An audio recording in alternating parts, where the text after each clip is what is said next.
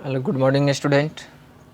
तो आज हम आ गए हैं अलजेब्रा का दो चर वाले रैखिक समीकरण का जो लास्ट थ्योरी है 2 का ए जो सवाल बनाएंगे, एक्सरसाइज में जाएंगे। उससे पहले जो लास्ट थ्योरी है, अब यही लास्ट थ्योरी बचा हुआ है, तो इसी के बारे में समझेंगे। और नेक्स्ट वीडियो से और आपको अगले यानी एक्सरसाइज में आपको ले जाया जाएगा और ले जाएंगे, और अगले वीडियो में आपको एक्सरसाइज यानी से संबंधित सवाल लेके आएंगे। तो इस वीडियो में आप अंत तक बना रहिए। इस नियम को कैसे हल करने की विधि होती है वो लिख दिए हैं, और इस पर आपको सवाल बना करके समझा करके आपको इसका उदाहरण के तौर पे दिखा देंगे कि आश्रित कैसे होता है, आश्रित कैसे होता है, विरोधी कैसे होता है, अविरोधी कैसे होता है। या हले हमसे पूछेगा तो एक हल और केवल एक हल कैसे होता है, अनगिनत हल हम कैसे निकालेंगे, कोई हल नहीं है ये कैसे हमको निकालेंगे, ये बात तो हमको अभी जानकारी नहीं है। तो यह कैसे निकाला जाता है, कैसे करते हैं, तो यह इसको हम एग्जाम्पल के तौर पे आप लोगों को एक एक करके समझाएंगे और उसको आगे बढ़ाएंगे। तो आप लोग वीडियो का अंत तक बना रहिए और एक एक बात को समझेंगे। तो आइए बिना विलंब किए हुए इस सवाल पर आते हैं। तो इस वीडियो का जो स्टार है तो आपका है दो चर वाले रैखिक समीकरण में हलों की संख्या एवं युग्मों का नाम लिखना है। हलों की संख्या के बारे में हमसे पूछता है और युग्म का नाम पूछता है। तो हलों की संख्या किसको कहते हैं और युग्म का नाम किसको कहते हैं? युग्म का अर्थ होता है जोड़ा। चलिए आइए देखते हैं। तो दो चर वाले रैखिक समीकरण, तो दो चर x और y में दिया हुआ है, दो समीकरण दिया हुआ है, इसी पर विचार करेंगे। और इसी पर तीन कंडीशन होता है, तीन शर्त ऐसे होता है कि उसका फॉलो यदि जो नियम करेगा उसके आधार पर हल की संख्या बताएंगे और उसके आधार पर युग्म का नाम बताएंगे। जो शर्त फॉलो करेगा, जो शर्त मानेगा, उसी के आधार पर हल की संख्या, उसी के आधार पर युग्म का नाम कहेंगे। तो चले आइए। तो पहला कंडीशन है कि यदि a1/a2 बराबर b1/b2 does not equal c1/c2, यानी तीनों आपस में बराबर नहीं है। a1/a2 does not equal b1/b2 does not equal c1/c2। तो यदि कहने का अर्थ ये हुआ कि a1/a2 बराबर b1/b2 c1/c2, ये तीनों का मान कुछ ना कुछ आएगा हल करने पर समीकरण में। तो a1/a2 does not equal b1/b2 और c1/c2 बराबर नहीं है। तो यदि तीनों मान आपस में बराबर नहीं होगा तो उसी को यदि पूछ देगा हमसे हल क्या होगा, तो हल का नाम कहेंगे एक और केवल एक हल। तो कैसे इसका हल का नाम कहेंगे, समीकरण को हल कैसे किया जाएगा? तो a1 b1 c1 तो मानते ही है, a2 b2 c2। तो इस प्रकार से a1/a2 निकाल लेंगे, b1/b2 निकाल लेंगे, c1/c2 निकाल लेंगे। तो मान लेते हैं कि a1/a2 का मान 2/3 आया, b1/b2 का मान 3/5 आ गया, c1/c2 का मान 7/8 आ गया। तो अब देखिए इसमें तीनों मान एक दूसरे का बराबर है नहीं है। तो जब तीनों मान एक दूसरे का कोई बराबर नहीं होगा तो याद रखना है कि एक और केवल एक हल होता है। इसका अर्थ ये होता है कि a1/a2 कहता है कि आप जो करो वो मैं नहीं करूँगा, मैं अपने रास्ते से जा रहा हूँ, तुम अपने रास्ते से जाओ, वो भी अपने रास्ते से जाएगा। कहने का अर्थ ये हुआ कि a1/a2 जो काम करेगा b1/b2 वह काम नहीं करेगा, ये अपना हिसाब से चलेगा। c1/c2 वह अपना नियम लगा के चलेगा। इसलिए तीनों वर्ग अर्थात तीन व्यक्ति के नाम पे मान लेते हैं कि तीनों व्यक्ति जो होता है a1/a2 b1/b2 c1/c2 जो है सब अपना अपना काम पे ध्यान रखेगा, अपना काम करेगा। कौन किसके बराबर है हम उसके मुकाबला नहीं कर सकते। अर्थात कहने का अर्थ ये है कि आप हमारे तुलना नहीं करेंगे, ना हम आपके तुलना करेंगे। आपको जो है वो अपना काम कीजिए, मेरा जो है हम अपना से चलेंगे। तो यही हुआ कि a1/a2 का मान बराबर नहीं है, b1/b2 का मान भी कुछ और है, c1/c2 का मान कुछ और है। तो सब अपना अपना अलग अलग संकेत दे रहा है। और दूसरी बात, इसमें कोई एक तरह का कॉमन नहीं है। तो जब कोई कॉमन नहीं होता है तो सबके साथ कितना मल्टीप्लाई रहता है, 1 रहता है। तो हम कह उसी के आधार पर नहीं कह सकते हैं कि एक और केवल एक ही हल होगा, जब तीनों मान बराबर ना हो तो उसमें मल्टीप्लाई कितना होता है, 1 होता है।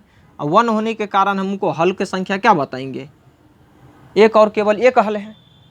इसके बाद अब हम आते हैं विरोधी अविरोधी की चर्चा करेंगे। तो अब ये बात बताइए, इसमें अविरोधी का अर्थ होता क्या है। अविरोधी मतलब आपको हम कुछ नहीं कहेंगे, ना आप मेरा विरोधी है ना हम आपके विरोधी है। आप अपना काम से मतलब रखते हैं, हम भी अपना काम से मतलब रखते हैं, वो भी अपना काम से मतलब रखते हैं। तो सब एक दूसरे अपने अपने काम से मतलब रखेंगे, तो कोई एक दूसरे में भेदभाव की बात नहीं हुआ। अर्थात कहने का मतलब कोई मान आपस में बराबर हो जाता है तो कुछ एक विरोधी का टाइप आ जाएगा। कोई मान 2 को बराबर होगा, 3 व्यक्ति ऐसे रहते हैं तो क्या होता है उसमें कि 2 व्यक्ति सजेशन देगा कि यह काम करो, और तीसरा व्यक्ति कहेगा कि नहीं हम नहीं करेंगे, हम तो चल जाएंगे, हमको बस के बात नहीं है, हम इसमें रहेंगे, आप दोनों व्यक्ति अपना रहिए। तो ये क्या हो गया, उस काम को ये विरोधी का टाइप दे दिया, यानी बात इसका उल्टा दे दिया, रिएक्शन उल्टा दे दिया। तो इसी को कहते हैं विरोधी। जब 2 काम व्यक्ति को सजेशन देता है, तीसरा व्यक्ति उसमें सहमत नहीं रहता है, तो वह विरोधी में आ जाते हैं। तो वही बात यहाँ पे विरोधी में जब आएंगे तो बताएंगे। तो अविरोधी की बात होती है, अविरोधी में कोई मान एक जैसा नहीं मिलेगा। तो ये बात समझ लेना है कि वह हमारी टक्कर नहीं दे रहा है, सब अपना अपना काम से मतलब रख रहा है, तो उसी को कहेंगे हम अविरोधी। एक दूसरे का बात विचार अच्छा रखेगा, मिला के रखेगा, तो वो अविरोधी हो गया। यानी कोई एक दूसरे का काम नहीं, तुम अपना करो, हम अपना कर रहे हैं, वो अपना कर रहे हैं, जिसको जो जितना है उसी में संतुष्ट है, कोई एक दूसरे के बराबर नहीं है।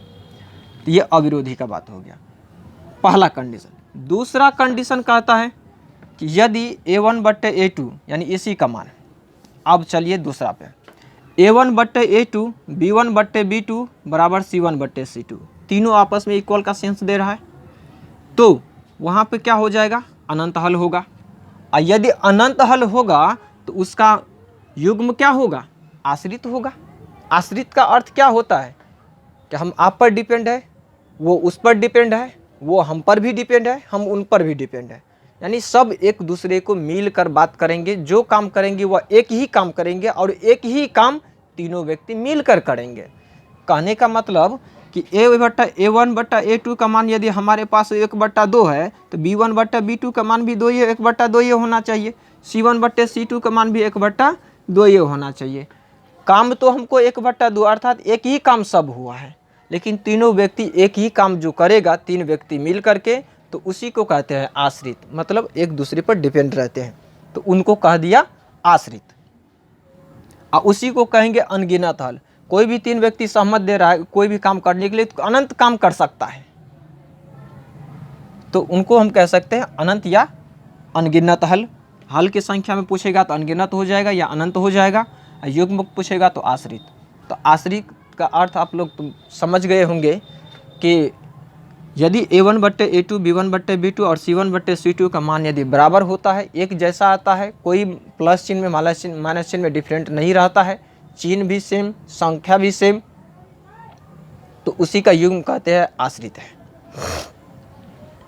तीसरा कंडीशन अब आ गए कि कह रहा है कि यदि a1/a2 बराबर b1/b2 does not equal to c1/c2,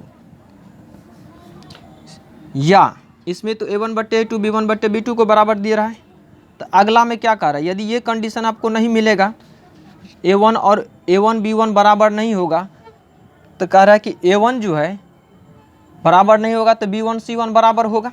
a1/a2 does not equal b1/b2 बराबर c1/c2, यानी इसमें क्या सेंस दे रहा है, b और a और b जो है बराबर नहीं है। इसमें क्या सेंस दे रहा है, b और c जो है एक दूसरे का विरोधी कर दिया है, यानी a और b बराबर दे रहा है, यानी सजेशन बात एक जैसा कह रहा है। इसका बात ये मान रहा है कि हाँ ये ठीक है, लेकिन तीसरा व्यक्ति कह रहा है कि हम आपको बात नहीं मानेंगे, तो ये विरोधी हो गया, यानी बराबर नहीं हुआ। फिर इसके बाद देखिए क्या कह रहा है कि a1 b1 जो काम कर रहा है वह b1 b2 जो कह रहा है हम नहीं करेंगे, तो ये अलग बात हो गया। फिर कह रहा है कि c1 c2 जो है कह रहा है हम करेंगे, तो ये दोनों आपस में ये बराबर हो गया, यानी b1 c1 दोनों बात मान रहा है, लेकिन a1 a2 जो है बात एक दूसरे का नहीं मान रहा है। तो यदि ये कंडीशन आपको नहीं आएगा तो a1/a2 और b1/b2 का मान b1/b2 का मान बराबर नहीं होगा, a1/a2 बराबर c1/c2 यदि दोनों आपस में बराबर हो तो उस कंडीशन में भी हम कहेंगे कि यह विरोधी है। क्यों? कि b1/b2 का मान बराबर नहीं है, और बराबर नहीं होने के कारण आप तुम दोनों जो करो से करो, हम नहीं करेंगे, हमको नहीं मन है तो हम नहीं करेंगे। आप दोनों सहमत है तो आप दोनों काम करिए।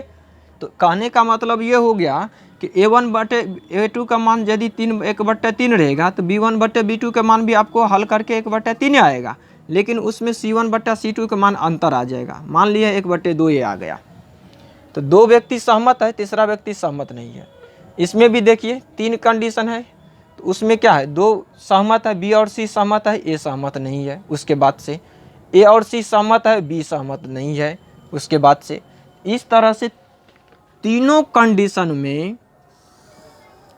कंडीशन में से कोई भी कंडीशन हमको फॉलो कर गया, तो उसमें यदि हल की संख्या हमसे पूछेगा तो कहेंगे कोई हल नहीं है। हल की संख्या में कोई हल नहीं, क्योंकि अब विरोधी के टक्कर दे दिया है। दो व्यक्ति सहमत है, एगो सहमत नहीं होगा तो काम बिगड़बे करेगा, उसी के आधार पर विरोधी हो गया। तो तीनों कंडीशन में से एगो मिल जाएगा।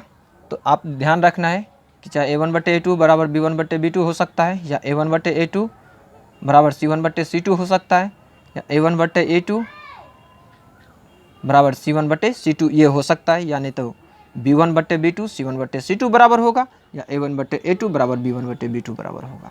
तीनों कंडीशन में से कोई कंडीशन एक आपको फ्लो करेगा, तो समझ लेना है कि हल की संख्या हमसे पूछेगा तो कोई हल का जवाब नहीं देंगे, यानी कोई हल नहीं होगा। 2 को बराबर रहेगा, 1 बराबर नहीं रहेगा तो कहेंगे विरोधी है। और दूसरी बात, कंडीशन दूसरा की फिर से एक बार रिप्लाई कर लेते हैं। यदि इसमें तीनों बराबर का अर्थ देगा तो कहेंगे कि अनगिनत हल है या आश्रित हल है। आश्रित युग्म क्या कहते हैं, आश्रित युग्म हो गया, हल अनगिनत हो गया, युग्म आश्रित हो गया। जब तीनों मान बराबर रहेगा, और जब तीनों मान बराबर नहीं रहेगा तो एक और केवल एक ही हल होगा, और उसमें जो है युग्म अविरोधी होगा। समझ गए? तो यही इसका जो है थ्योरी था। तो हम आई होप, मुझे आशा है कि आप लोग समझ गए होंगे। तो इसी वीडियो में अब सवाल लेकर आते हैं, तो इनको हटा करके क्लीन करके आप लोगों के बीच फिर सवाल लेके प्रस्तुत होंगे। और एक बात आप लोगों के बीच हम ये कहना चाहेंगे कि कोई भी यदि सवाल का थ्योरी बताते हैं, सवाल बताते हैं, उस वीडियो चलते हुए आपको यदि लिखने में कई तरह की प्रॉब्लम आ रहा है, दिक्कत हो रही है, यानी मिनट जल्दी भाग जाता है, आपको लिखने नहीं आता है, तो इसके लिए आप क्या करिएगा कि वीडियो को रोक करके पहले उस सवाल को लिख लेंगे, और फिर वीडियो को रिप्लाई करके एक एक बात को समझ लेंगे, तब फिर आगे बढ़ेंगे। उसी तरह से फिर रोक लेंगे, फिर लिखेंगे, फिर समझेंगे, फिर आगे बढ़ेंगे। इस तरह से वीडियो को रोक करके समझ करके फिर आगे चलते जाएंगे, तो समझने में, लिखने में कोई तरह की परेशानी नहीं होगा।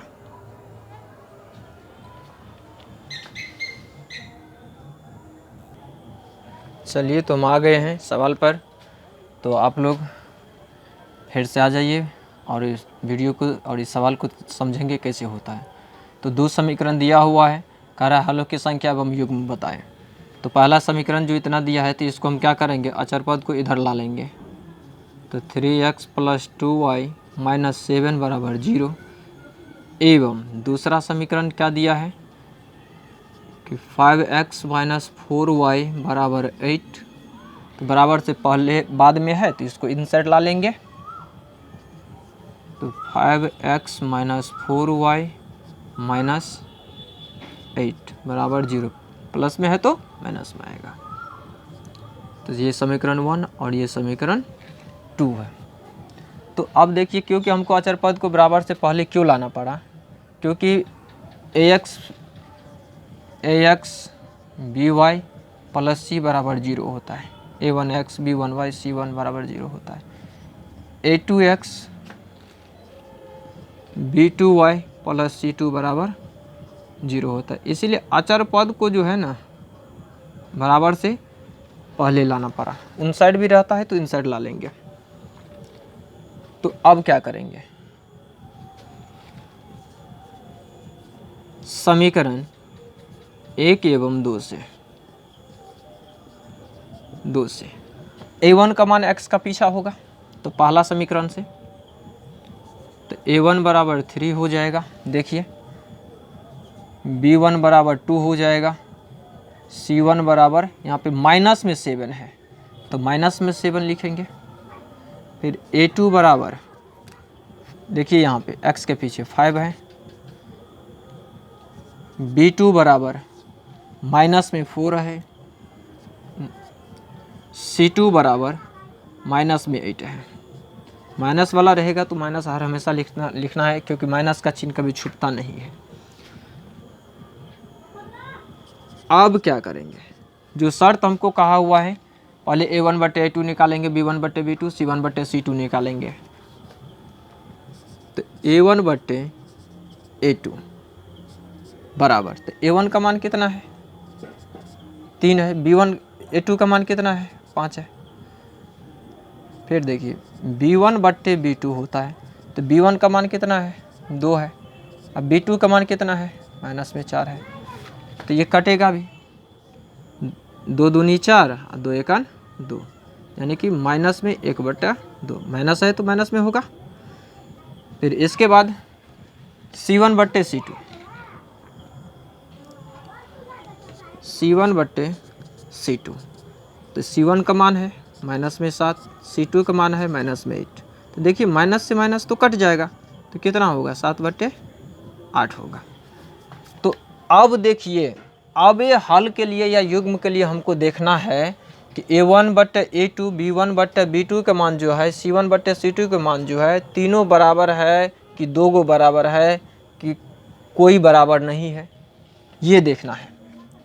तो चलिए, चूँकि A1 बट्टे A2, यहाँ पे बराबर का चिन्ह ना देंगे ना कुछ का चिन्ह देंगे अभी, B1 बट्टे B2, C1 बट्टे C2। अब देखिए कि A1 बट्टे A2 का मान B1 बट्टे B2 का मान दोनों बराबर है, ये 3/5 है, ये -1/2 है, तो बराबर नहीं है। तो बराबर नहीं है तो काट देंगे इसको बराबर दे करके। फिर देखिए B1 बट्टे B2 और C1 बट्टे C2 का मान बराबर है, तो B1 बट्टे B2 का मान -1/2 और C1 बट्टे C2 का मान 8 से 7/8 है, तो इसको काट देंगे, नहीं बराबर, तीनों बराबर नहीं है। तो मेरा कौन सा नियम फॉलो कर रहा है, तो ये पहला वाला नियम फॉलो कर रहा है। तो अब पहला वाला नियम फॉलो करेगा तो हल क्या होगा, वही एक और केवल एक हल होगा, युग्म अविरोधी होगा। इसलिए हमसे पूछता था ना हलों की संख्या, तो हलों की संख्या, हलों की संख्या क्या होगा, एक और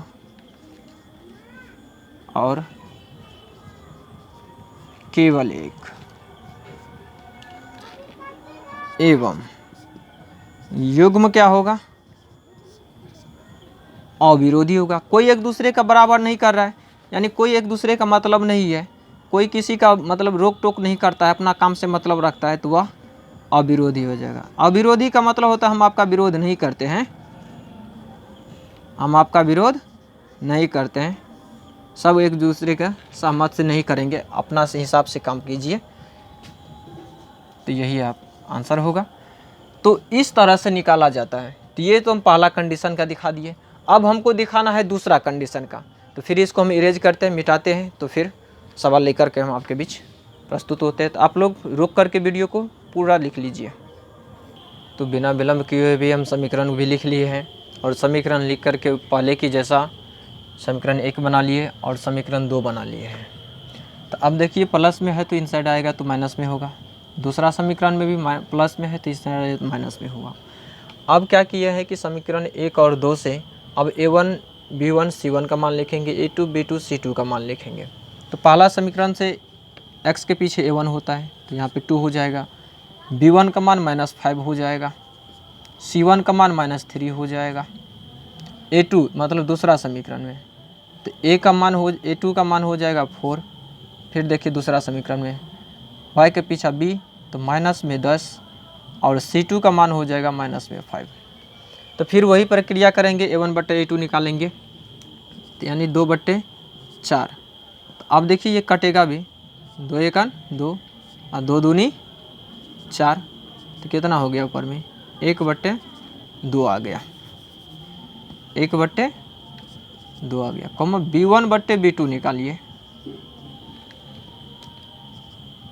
आप लोग अब अपना से भी निकाल सकते हैं। तो b1/b2 फिर भी निकाल देते हैं, या सब इसका मान दिखा देते तीनों एक एक करके। इसके बाद जो है सवाल में आएंगे तो आप लोगों पर भी निर्भर रहेगा। बहुत सारा ऐसे सवाल जो समान मिलेगा उसको हम छोड़ देंगे, आप लोगों पर निर्भर कर देंगे।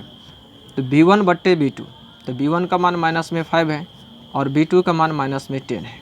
तो माइनस से माइनस कट जाएगा। अब 5 एकान 5 और 5 दूनी 10, तो ऊपर में बच गया 1 और नीचे में बच गया 2। तो b1/b2 भी निकल गया है।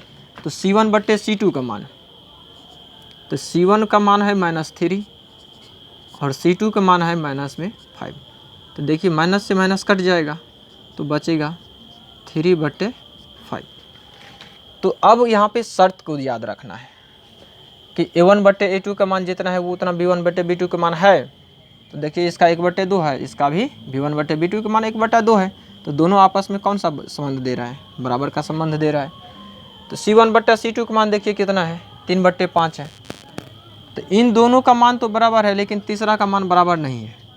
तो यदि बराबर ना हो तो उनको क्या किया जाए? तो ये कट जाएगा। तीसरा मान बराबर नहीं होने पर क्या होगा? वो अलग ही पार्ट रहेगा। तो दो मान आपस में बराबर है और एक तीसरा मान ऐसा है कि वह बराबर नहीं है। तो यहाँ पे देखिए कि दूसरा कंडीशन में हम आप लोगों को बताए थे कि जब दो मान बराबर होगा तीसरा बराबर नहीं होगा, या दो मान यानी दूसरा और तीसरा बराबर होगा तो पहले नहीं बराबर होगा, तो भी वही शर्त देगा। तो इसमें हलों की संख्या हम क्या लिखेंगे? कोई हल नहीं, कोई हल नहीं। तो यहाँ पे भी वही लिखेंगे, कोई हल नहीं। फिर इसके बाद देखिए युग्म का नाम क्या लिखेंगे?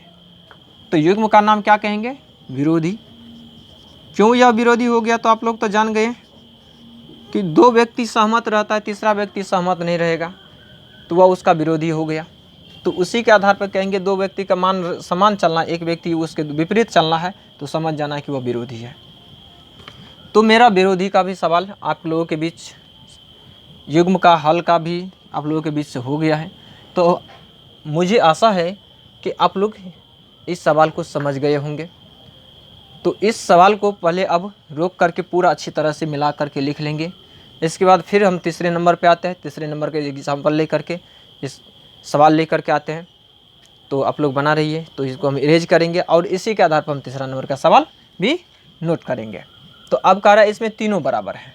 तो तीनों बराबर है तो उसी आधार पर हमको समीकरण भी बनाना है तीनों को बराबर होने के वाला। तो इसमें क्या होगा? ये मिट जाएगा, फिर ये भी मिट जाएगा, ये भी मिट जाएगा, ये भी मिट जाएगा, इसका मान भी मिट जाएगा। तो चलिए हम मिटा देते हैं। इसी पर हम तीसरा नंबर का सवाल को दिखा देते हैं। चलिए, तो मान में केवल हम बदलेंगे, मान केवल बदलेगा, बाद बाकी काम वही रहेगा जैसे जैसे उसमें भी करते थे। उसी प्रकार से अभी दूसरा नंबर में किए तो उसी प्रकार से इसमें भी वही काम करेंगे। तो हम हमारे पास दो तो बराबर ऐसे था, हमको तीसरा बराबर करना है ना। तो तीसरा यदि बराबर करेंगे तो यहाँ पे हम क्या ले लेंगे? 6 ले लेंगे। क्या ले लेंगे?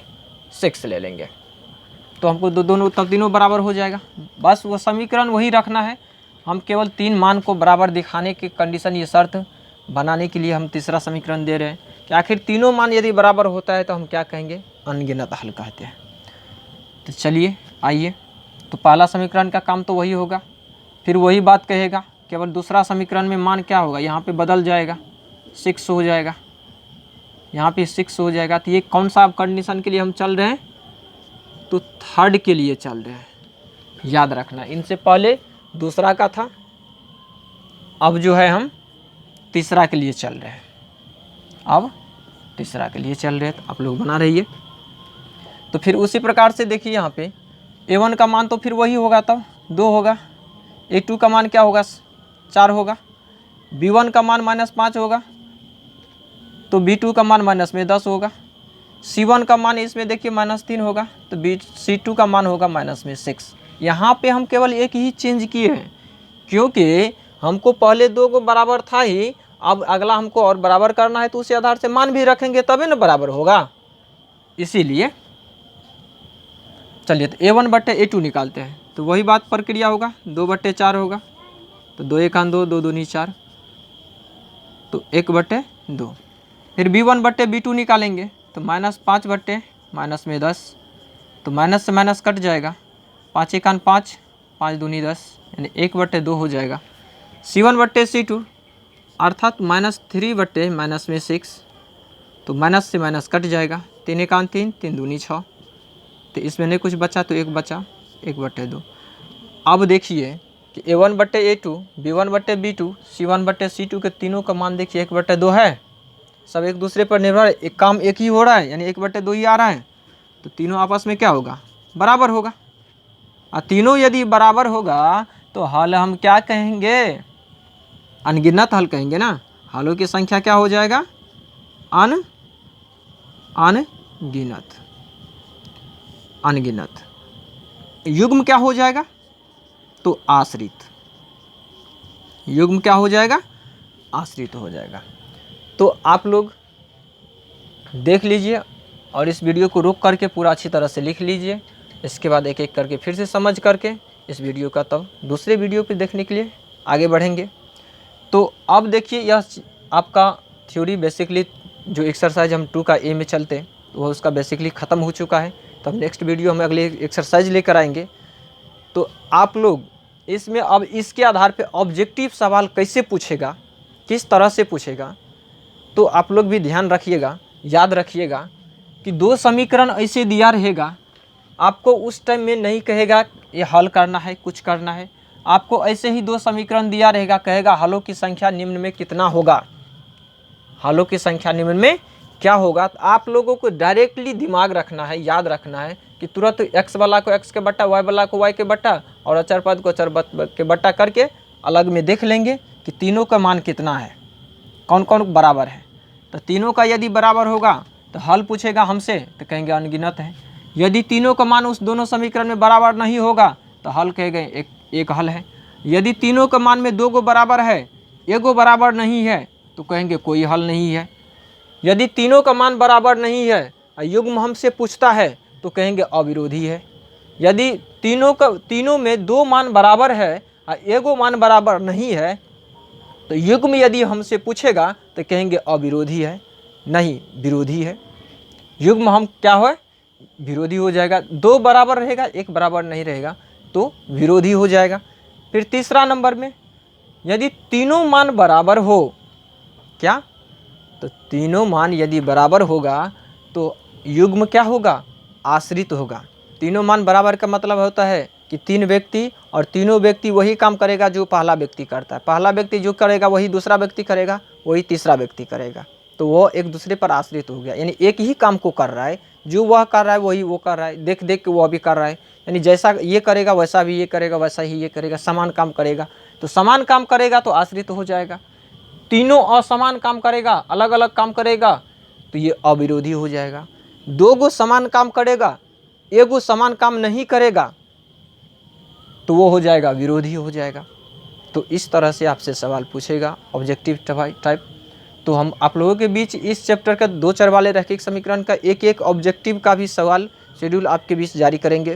तो जैसे मेरा चैप्टर ख़त्म होगा तो आप लोगों के समक्ष हम फिर आएंगे, ऑब्जेक्टिव सवाल लेकर आएंगे। तो आप लोग बना रहिए और इस पर आगे अब अगले वीडियो में सवाल के से मुलाकात होगा।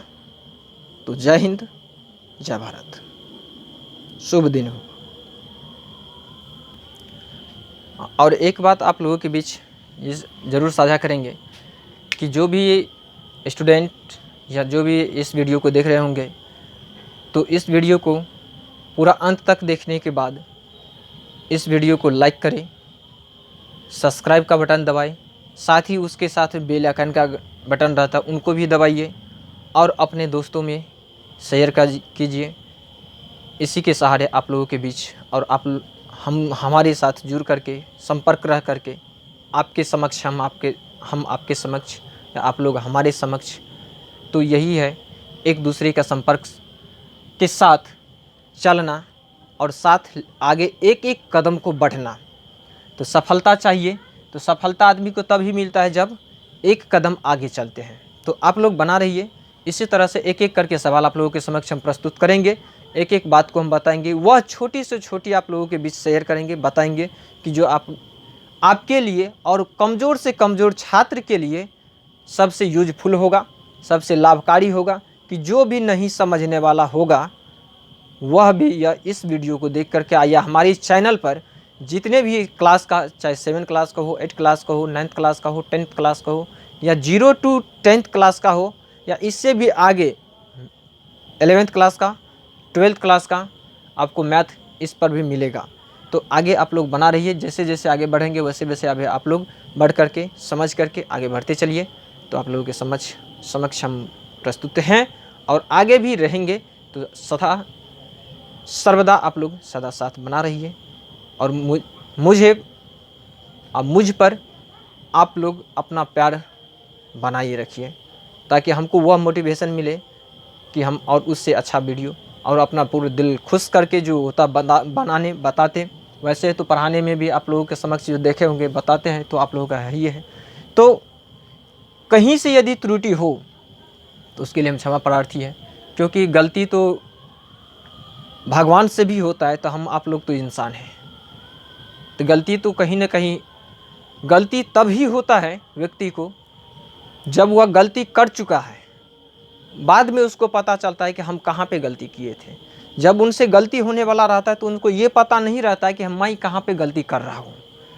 गलती का एहसास और अनुभव तब होता है जब वह उसका पार हो चुका है, तब जाके अनुभव होता है। तो इसीलिए गलती व्यक्ति हर व्यक्ति से होगा, मनुष्य मानव से जितने भी पृथ्वी पर है सबसे गलती होगा।